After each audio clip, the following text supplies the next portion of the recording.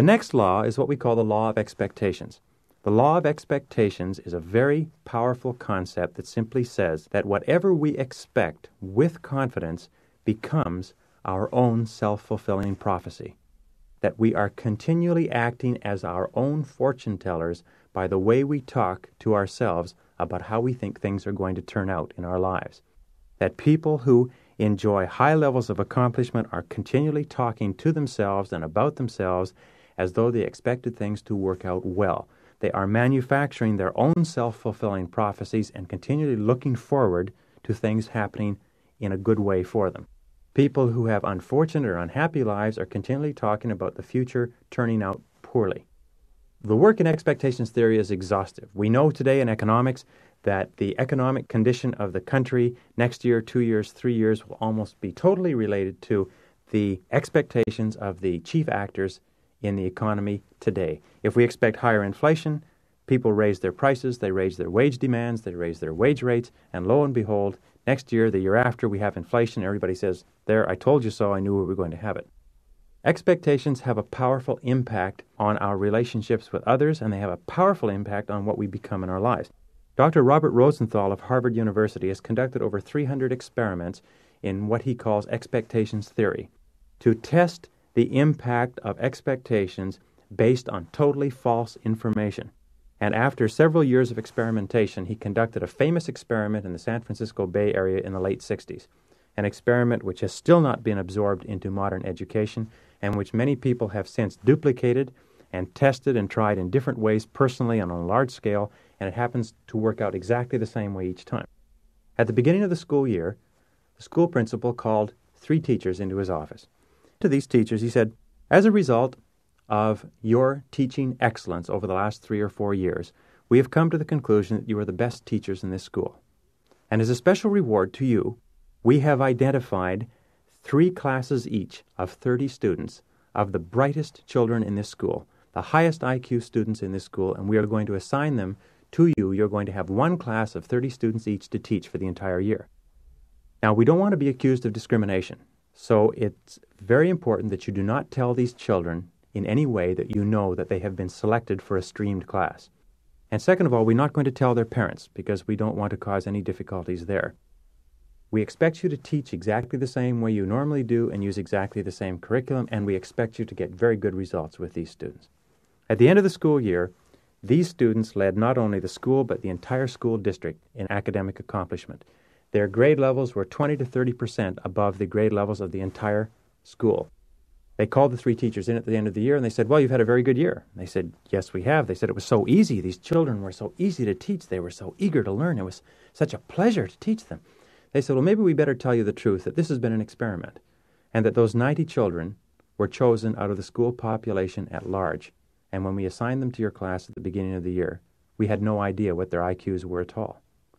And the teachers said, well, that's incredible, but how could it be that they scored so highly? They did so well. They got such good grades. Aha!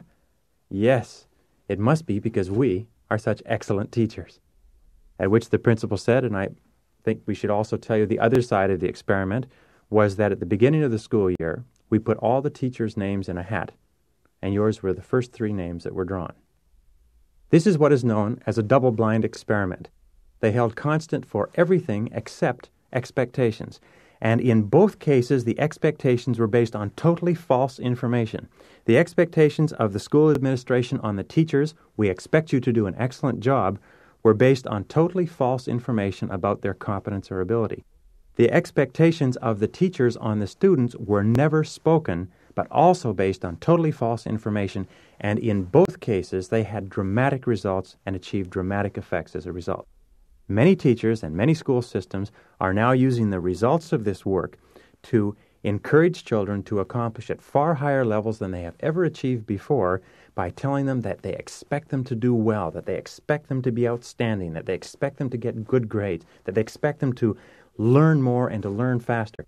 Marva Collins, the famous Chicago school teacher, found that by taking ghetto youngsters who had never got above a D in their lives and immersing them in a climate of positive expectations and supportive interaction, they could move to straight A's within 1 semester, sometimes within 30 days, Children that had never gotten above a D could be getting in the 90s in every single subject under the climate, the psychological climate created by the teacher.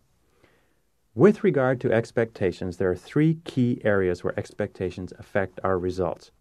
The first area is the expectations that our parents had of us, and in many cases still have of us, have a dramatic impact on how we perform today. As adults, of course, the expectations that our bosses have of us have a dramatic impact on how we think about ourselves and how we perform in the workplace. The second area of expectations is the expectations we have of our children, our spouses, our subordinates, and the people who look up to us. We find that people who look up to us always try to fulfill our expectations of them, whether they are positive or negative. Many parents and many employers have revolutionized their family or their corporate environments by changing the climate of expectations and making it perfectly, sincerely clear that they expect the very, very best from the people who look up to them. And the people who look up to them invariably do everything they possibly can not to disappoint those expectations. The third area of expectations that is important to us, and perhaps the most important of all, is the expectations that we have of ourselves. We will always tend to fulfill our own expectations of ourselves, whether they be high or low, whether they be positive or negative. And that's why it is so important in everything that we do to always expect the best from ourselves. Always expect ourselves to continue to grow, to get better, to improve, to throw off past mistakes and failures, because we will always fulfill our own mistakes. We are always the fortune tellers in our own lives. We are always creating our own self-fulfilling prophecies.